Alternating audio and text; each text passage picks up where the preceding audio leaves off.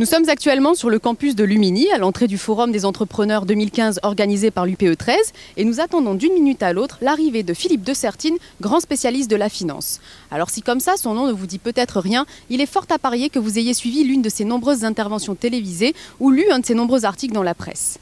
En 2003, il annonce l'arrivée d'une crise mondiale majeure. En 2007, il annonce le risque d'un krach. Il est aujourd'hui invité au Forum des entrepreneurs pour débattre sur le thème « Créer et démultiplier ».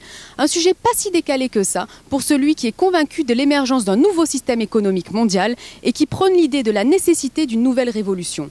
On n'a pas rendez-vous, allons l'accueillir.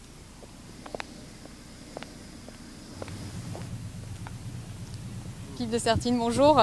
Bonjour. Oriane Olive, journaliste pour BusyNews. News. Nous avons le sentiment de traverser une nouvelle révolution, un peu comme celle de la fin du 19e siècle, celle industrielle. Selon vous, est-ce le cas ? C'est le cas, mais quand vous dites traverser, non, nous ne la traversons pas, nous la commençons. Et nous sommes probablement au-devant de quelque chose que nous ne pouvons même pas imaginer. Probablement là, pour le coup, comme au 19e siècle, on n'imaginait absolument pas la manière dont la vie allait évoluer. On parle de l'économie, mais c'est la vie de tous les jours.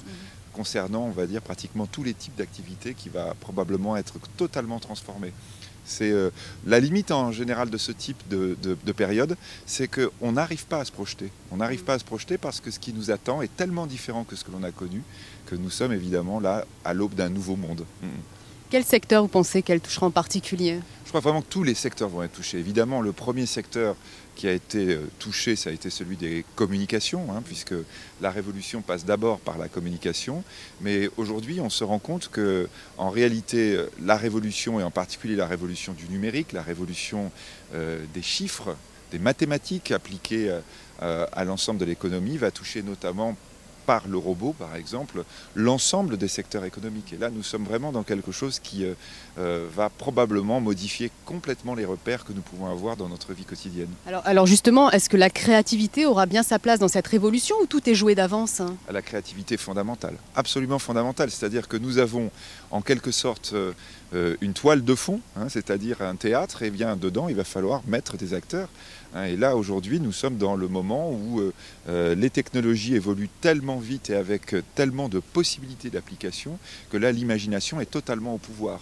Et aujourd'hui, on peut considérer même que la créativité est la première qualité dont on a besoin pour que cette révolution se produise dans la meilleure des conditions. Alors Philippe de Sertine, on vous voit beaucoup dans les médias depuis 2007, TF1, LCI, BFM, Canal+, France 5, Radio Classique. Alors finalement, entre nous, votre rêve d'enfant, c'était pas un peu de devenir journaliste ? Non, je crois pas. Non, c'est vraiment une autre façon d'être prof. Je crois que c'est plutôt mon rêve pas d'enfant, mais quand même, ça avait été vraiment l'enseignement. Je suis enseignant et j'assume totalement le fait de l'être depuis le début de ma carrière. Et je crois qu'aujourd'hui, nous sommes à un moment où il faut faire de la pédagogie au-delà des amphis, au-delà des universités, même s'il faut continuer à le faire dedans. Ce que nous allons faire aujourd'hui d'ailleurs. Merci.